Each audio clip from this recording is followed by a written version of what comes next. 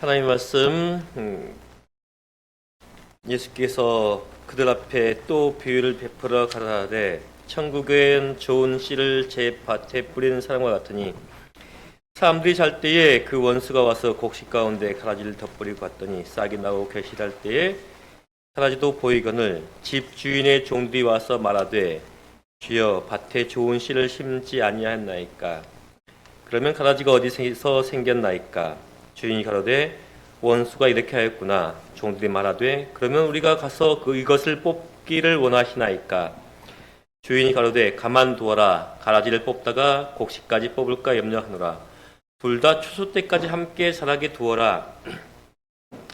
추수 때에 내가 추수꾼들에게 말하기를 가라지는 먼저 고두어 불사르게 단으로 붓고 곡식은 모아 내 곡간에 넣으리라 하리라.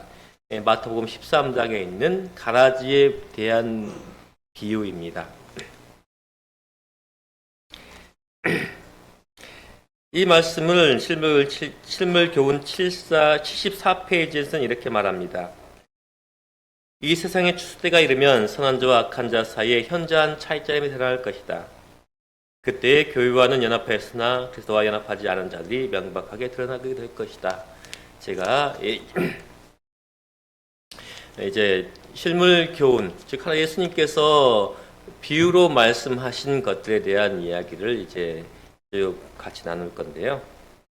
이 비유를 왜 우리 예수님께서는 우리에게 베풀어 주셨는가를 실물 교훈에서 이렇게 말씀하고 계십니다. 공원은 겨울에 아무런 영향도 미치지 못한다. 운명을 결정하는 것은 품성이다. 저울이 어떤 저울이에요? 어떤 저울입니까? 우리를 다는 저울이에요.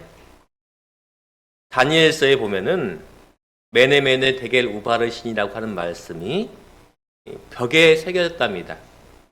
벨드사살 왕이 하나님의 전에서 가져온 금은 기병을 가지고 술 잔치를 벌일 때에 하나님의 손이 나와서 메네메네 데겔 우바르신이라고 하는 글자를 벽에 썼어요.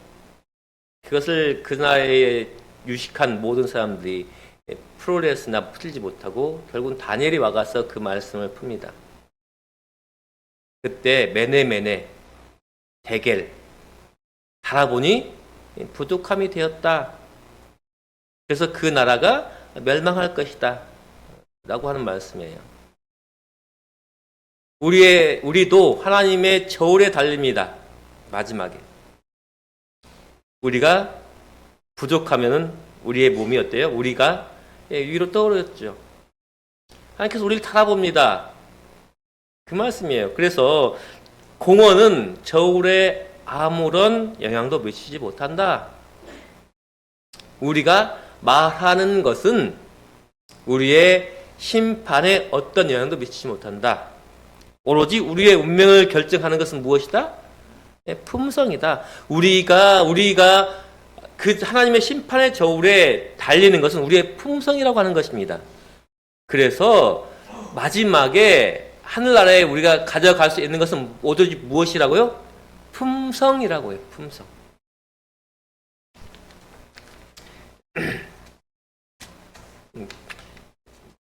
어제도 우리 지환 이야기 했는데 오늘도 지환 이야기 좀 할게요.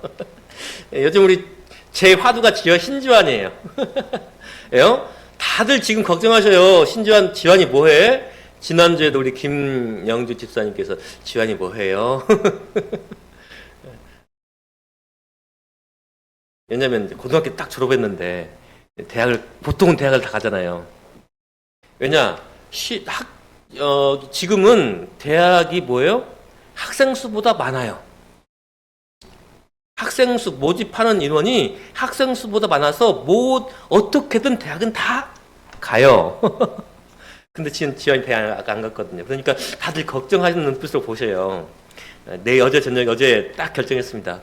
군대 가기로.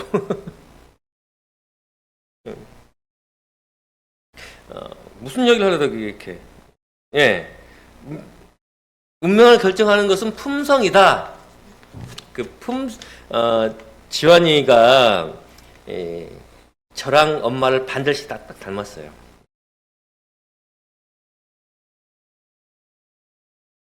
까먹었어요, 제가. 주한이를 하려다가 까먹었어요. 아무래도 넘어가야 될 것 같아요. 다시 생각이 안 나요. 주한이 군대 가는 이야기가 끝나버렸네. 분명히 제가 할 말이 있었는데.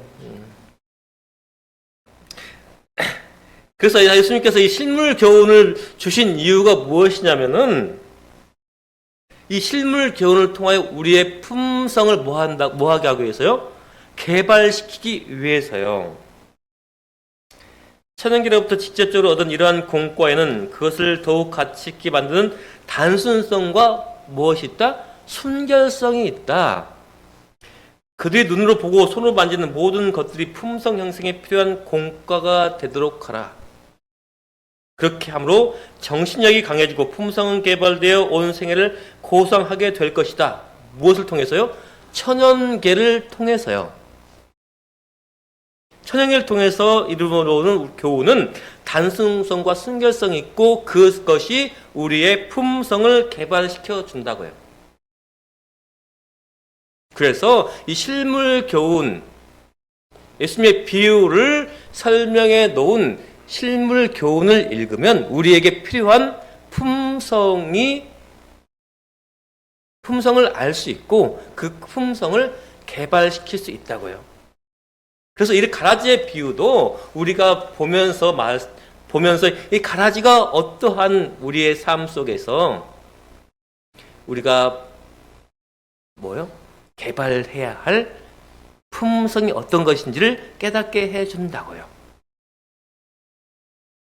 이 실물교훈에서는 이 가라지의 비유를 세 가지로 말씀하고 있습니다. 첫 번째로 사람은 외모로 판단하지만 하나님께서는 마음을 보시고 판단하신다. 어제도 제가 시간에 좀 나누긴 했습니다. 사람은 외모로 판단하지만 하나님께서는 마음을 보시고 판단하신다. 예수님께서는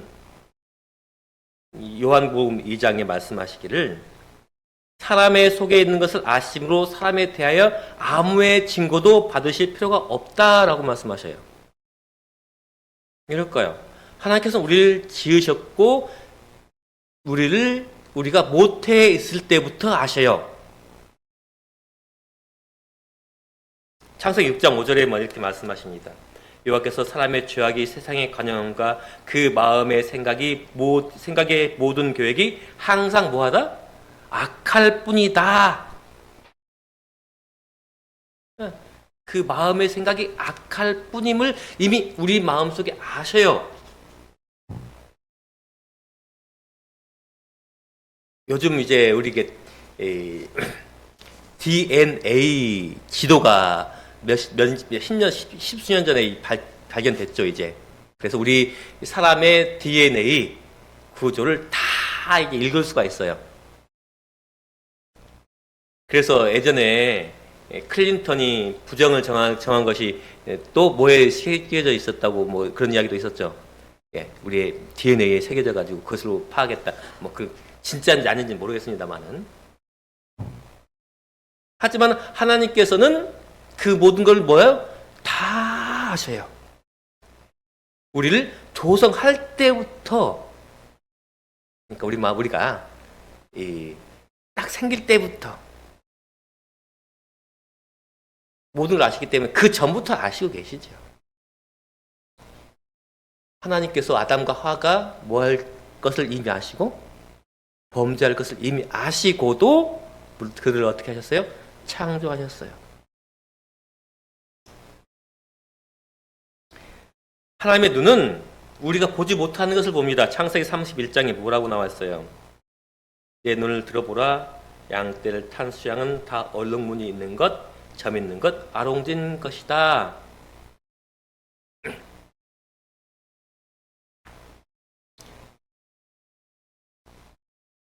이 아들, 딸은 우리나라는 누구를 성씨를 따라요? 아빠 성씨를 따르죠. 근데 아빠 성씨만 따르면 돼요, 안 돼요? 안 돼요, 원래는. 왜요? 아빠, 엄마 딱 반절씩 딱 받아요. 반절씩. 그래요, 안 그래요? 우리나라는.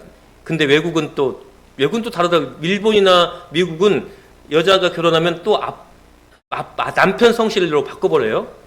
그 참, 그게 뭐 자기들 적인데 하여튼 우리나라는 그래도 성신 유지하잖아요, 여자가. 아빠, 엄마 딱 반절씩 받아요. 그러면 아빠의 아빠, 엄마는 몇 분의 몇을 받을까요? 4분의 1. 그렇죠. 정확히는 모르겠습니다만 하여튼 영향이 있다는 거예요, 없다는 거예요? 있다는 거예요. 지환 이야기 또 할게요. 지환이 우리 새치 많잖아요. 새치가 진짜 많아요. 오늘 아침에 보니까 더 많더라고요. 근데 저희 아버님이 제 나이 때 이미 머리가 하얗게 새셨고 우리 김병환 장로님보다 더 벗겨지셨어요. 이렇게 딱 이렇게 뒤에. 근데 그 머리는 다 하얀 머리. 그리고 또 저희 아버님이 제 나이 때 딱 이가 하나도 없으셨어요. 그 연세에. 왜 그랬냐면은 다행히 제가 그런 이가 아니라서 저희 애들도 그런 이가 아니에요. 근데 저희 형제 중에 셋이 약한 이 석회질이 없는 이, 혹시 굉장히 드문 이입니다. 까마요, 이가. 까맣고 그 다음에 그 이가 아주 부슬부슬해가지고 빠져버려요. 저희 큰형이 그렇고 작은형이 그렇고 작은 누나가 이 셋이 그런 이예요. 그러니까 그 자녀들 중에 큰 누나, 작은 누나 집은 한 애가, 형님 댁에는 두 애가, 그 다음에 저희 작은 형 집에는 한 애가. 딱 그런 이예요. 딱 그런 이. 뭐예요? 유전되는 거예요, 유전. 저는 안 그래서 다행히 저희 애들은 그렇지 않습니다. 다행이에요. 저희 작은 형수님이 그러길 저희 형이 그런 이인지 몰랐대요. 그런 이인 줄 알았으면 결혼 안 했대요. 저희 큰 조카가 그 집 큰 딸이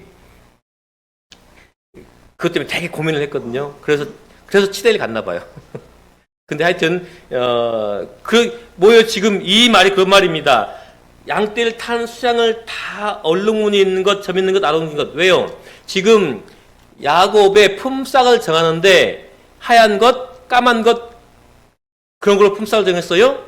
아니요. 얼룩무늬, 점 있는 것, 아롱진 것을 내 품삯. 왜요? 이것들이 흔하잖아요. 흔하지 않기 때문에 품삯으로 정한 거예요.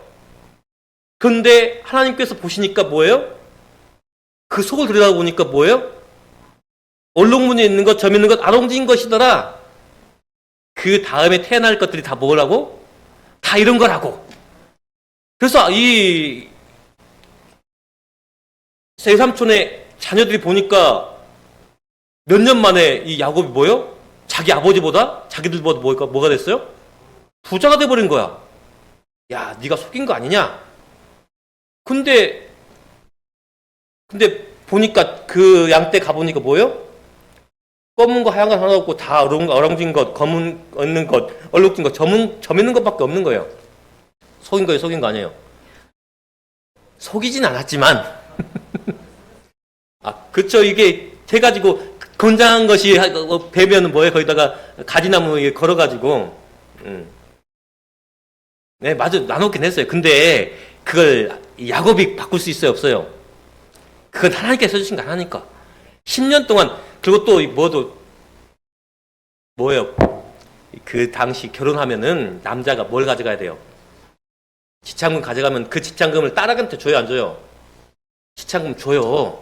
근데 그 지참금을 줬어요, 안 줬어요? 아버지가 안 줬어요. 하나님께서 다 뭐예요? 이렇게 임금 다 챙겨주신 거예요. 하나님께서는 뭘 보신다고요? 그 중심을 보신다고요. 그 안을 보신다고요. 그러므로 지금 원수가 가라지 씨를 뿌리고 갔어요. 같이 자랄 때는 알아, 몰라요? 이삭이 날 때가 알아. 이삭이 날 때. 그 다음에 또 뭐 할 때 알았다고요? 결실할 때 알았다고요. 이삭은 저기 알곡은 뭐예요? 차가지고 이렇게 구겨를 숙였는데 뭐는 가라지는 이렇게 빳빳하게 고개를 숙였다 들고 있다고요. 제가 아까 보여드린 그림처럼. 그때서야 알 수 있었다고요. 그때서야. 근데 사람은 그 못을 보고 이삭인지 가라지인지 몰랐지만 하나님은 아셔요, 몰라요? 아셔요. 그런데 어떻게 하셨어요? 같이 두셨어요. 두 번째는 이렇게 말씀하십니다. 그리스도께서 비유를 통해서 주시는 교훈은 남을 판단하고 정죄하라는 것이 아니고 스스로의 부족을 느끼고 겸손하라. 무엇을 해라? 정죄할 것이 아니라 스스로 부족함을 느끼라는 거예요. 그리스도께서는 공근한 죄를 고집하는 자들 교회에서 제명하라고 가르치셨다. 맞죠? 하나님께서 그렇게 교훈하셨어요. 같이 두면 안 된다. 하지만 그는 우리에게 품성과 동기를 판단하는 일을 맡기지 않으셨다. 그 종들이 뭐라 그래요? 그 종들이 뭐라 그래요? 아, 저 가라지 뽑아버릴까요? 아니다.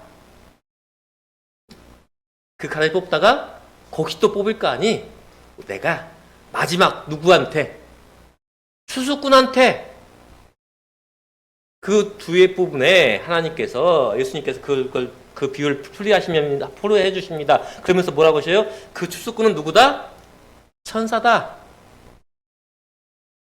그 추수꾼에게 가라지는 미리 뽑아서 불에 태우고 나머지는 곡식은 모아서 단으로 묶어 내 창고에 드리겠다. 누가? 추수꾼이. 마지막에 누가? 천사가. 그걸 그 일꾼들에게 맡겼어요? 안 맡겼어요? 안 맡겼어요. 그 일꾼들 누구예요? 우리예요, 우리. 그러나 그는 우리에게 품성과 동기를 판단하는 일을 맡기지 않으셨다. 그는 우리의 성경을 너무나 잘 아심으로 이 일을 우리에게 맡기지 않으신다. 자, 생각해 보세요. 그런 칼을 쥐고 있는 분이라고 하면 그 칼을 제대로 휘두르실 분 혹시 정말 제대로 휘두르실 분 있으세요, 없으세요? 제가 그런 권력을 주어진다면 저부터 그럴 거예요. 저부터. 왜요? 제 속에 뭐예요? 맺힌 게 좀 있거든요. 저 그래서 오늘 맺힌 게 있어가지고 부평교회 안 가려고요. 오늘 합병 예배 드린답니다.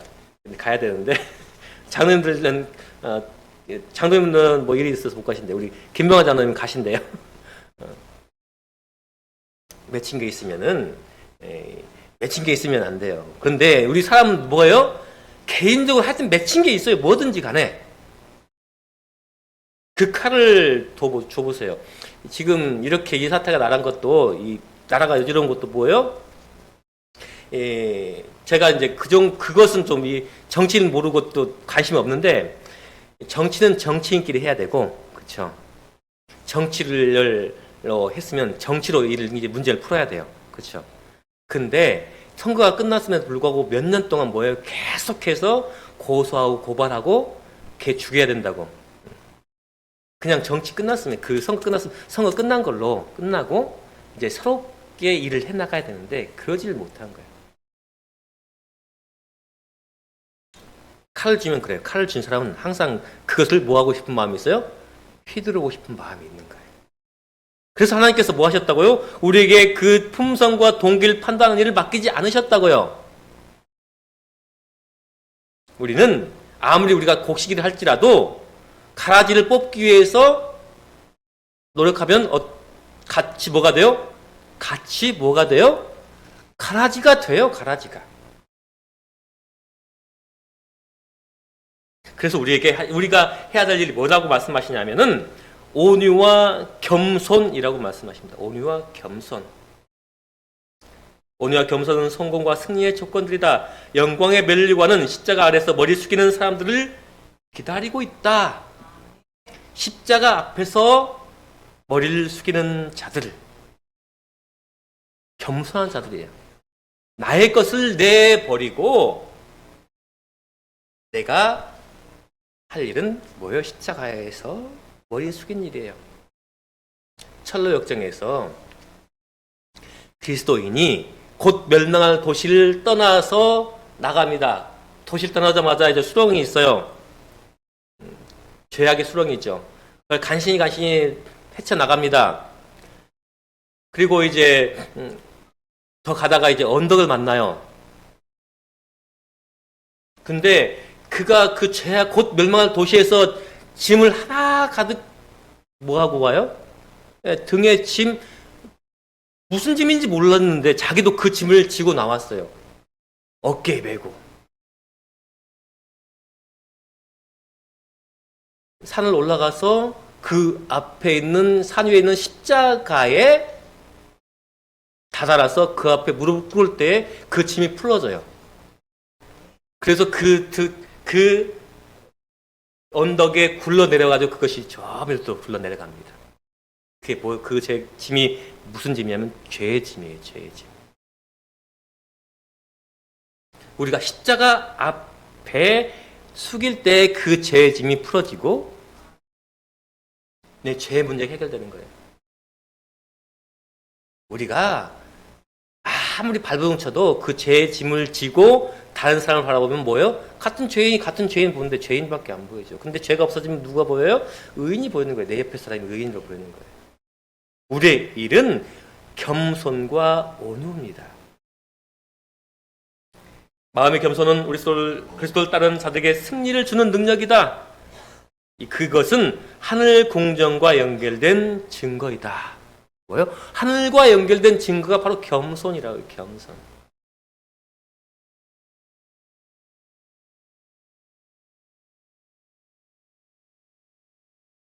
세 번째 교훈입니다. 구주의 말씀 가운데는 또 하나의 다른 교훈, 즉 놀라운 인내와 부드러운 사랑의 교훈이 있다. 인내인데 놀라운 인내예요. 여러분들은 몇 번까지 참으셔요? 제가 어제 집사람하고 대판 한 번 했다 그러잖아요. 요즘은 1년에 한 번 정도는 하는 것 같아요. 예전에는 한 달에 한 번은 했고 요즘은 1년에 한 번 정도 하는 것 같아요. 제가 참긴 하죠. 그래도 조금 참긴 한데 결국은 뭐예요? 터져요. 그게 인내예요? 아니요. 그건 인내가 아니에요. 내가 한번 뭐 하는 거예요? 해보는 거예요. 한번 어디까지 되나 해보는 거예요. 그건 인내가 아니에요. 인내라고 하는 것은 끝까지 누구처럼 예수님처럼 죽을 때까지 한번 죽어야 되는데 안 죽어요. 그렇죠? 죽어야 되는데 안 죽어요. 내가 죽지 하면서도 안 죽어요.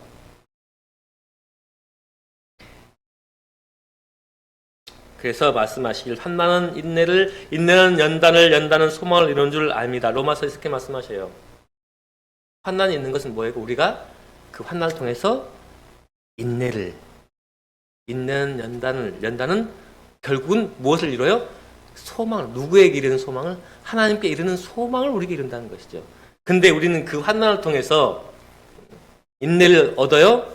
못 얻어요. 옆에서 항상 계속 뭐예요? 깔짝깔짝 건들죠. 근데 그것을 우리가 뭐예요? 누구를 통해서요?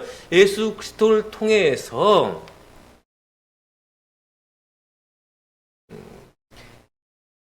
가라지와 곡식이 같이 자라는데 그 가라지를 뽑아야 돼요? 안 뽑아야 돼요?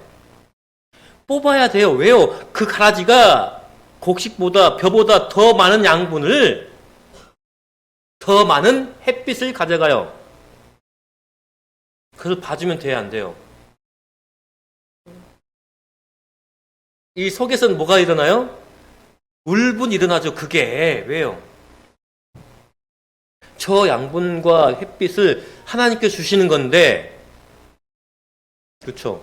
하나님께서는 햇빛과 비를 누구와 누구에게? 선인과 양에게 누구가 또 어떻게? 공평하게 주셔요. 근데 그것이 악인에게 가면 돼요, 안 돼요? 가라지에게 가면 안 돼, 되면 돼요, 안 돼요? 그쵸. 우리의 마음은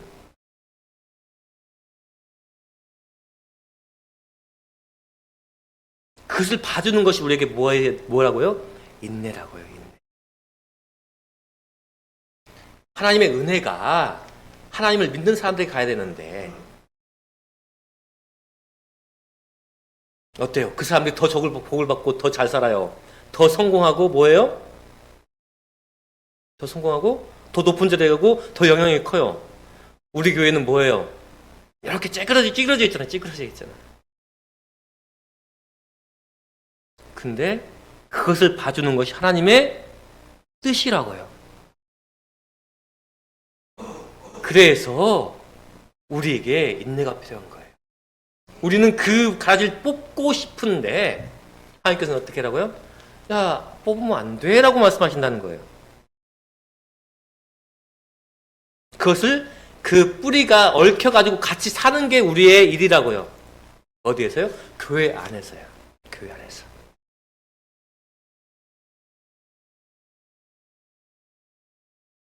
하나님의 은혜와 멸망에 가는 자기 동료들을 위한 사랑으로 그 마음이 충만해 있는 자는 내 뿌리와 같이 얽혀가지고 내 양분을 뽑아가는 그 가라지를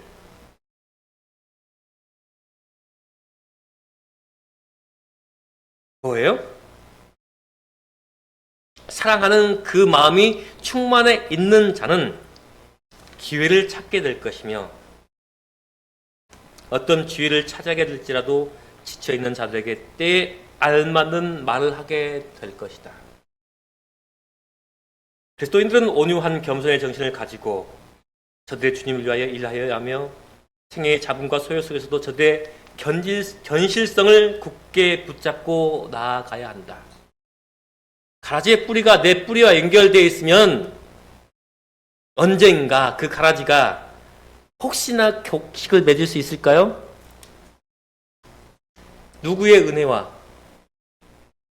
하나님의 은혜와 누구의 양분? 하나님께 주신 양분을 먹고 자라다 보면은 혹시 그 안에 어떤 DNA? 하나님의 DNA가 있다고 하면은 그쵸? 네. 하나님의 DNA가 있다고 하면 언젠가 그것이 발현하지 않겠습니까? 우리가 무엇을? 그런 기대를 가지고 뭐 해야 돼요? 뿌리가 얽혀 있어야 되고 하나님께서 주신 빛과 비를 같이 어디에서? 한 논 안에서, 한 밭 안에서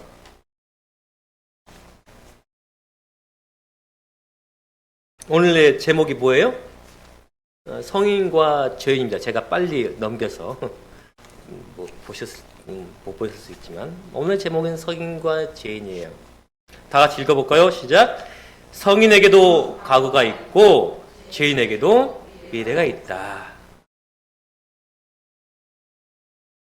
성인 군자들 있잖아요. 성인 군자들. 특히나 카톨릭에서는 죽은 사람도 성인으로 추대하고 산 사람도 성인으로 추대한 경우가 있어요. 뛰어난 인품, 뭐 추기경 정도 되는 이게 이제 돌아가셨지만은 우리 누구? 우리나라의 처음 추기경, 첫 추기경, 김수환 추기경 얼마나 존경을 받고 인망이 깊었어요. 근데 그분은 과거가 없을까요? 몇 살 때 신학대학 가요? 20살 대학에 갈 때 신학대학 가요. 그러면 그 전까지는 그분이 그렇게 거룩하게 태어나면서 엄마 저기 젖 먹을 때부터 아주 성인 군자로서 컸을까요? 제가 어제 말씀드렸잖아요. 제가 여기 가장 부끄러운 사람이라고. 근데 뭐 얼굴 뻔뻔하게 그래도 하나님께서 날 세워주셔서 뻔뻔하게 여기 앉아있다 서 있다고. 죄인에게 미래가 없다면 우리가 살아갈 수 있어요? 아니요, 없어요. 성인에도 죄인이었던 과거가 있고 죄인도 앞으로 뭐가 돼? 성인이 될, 하나님께 인정받을 수 있는 뭐가 있어요? 미래가 있는 거예요. 우리가 그런 아무리 그거 지금 모습이 가라지다 할지라도 그래서 뽑아버리면 무엇을 없애는 거예요? 그 미래의 가능성을 뭐 하는 거예요? 없애는 거예요. 아무리 곡식이라 할지라도 그것이 떨어져 가지고 그냥 땅에 썩어버릴 가능성이 있어요, 없어요? 그러니 있어요. 우리가 언제까지? 추수대가 될 때까지는 그 아무것도 모르는 것입니다. 성인에게 과거가 있고 죄인에게도 미래가 있는 것처럼 우리는 우리 가운데 있는 어떠한 것도 뭐 하지 말고 판단하지 말고 하나님께서 우리에게 주시는 그 성품의 개발 뭐예요? 인내. 이번에 말씀하신 건 뭐예요? 인내, 겸손, 사랑. 누구를 보면서? 가라지를 보면서 혹은 또 내가 가라지라고 하면은 나에게도 미래가 있으니 뭐하자? 견디자. 우리가 다 같이 어느 때까지 갈 때까지? 추수 때가 될 때까지. 그래서 우리가 예수 그리스도의 모습을 볼 때까지 우리가 사랑과 인내와 우리 가운데에 뭐예요? 소망을 가지고 한 밭에서 하나님께 주시는 비와 햇빛을 맞고 그 은혜 가운데 자라가시던 우리 성도님 되시길 간절하며 오늘 말씀 마치도록 하겠습니다.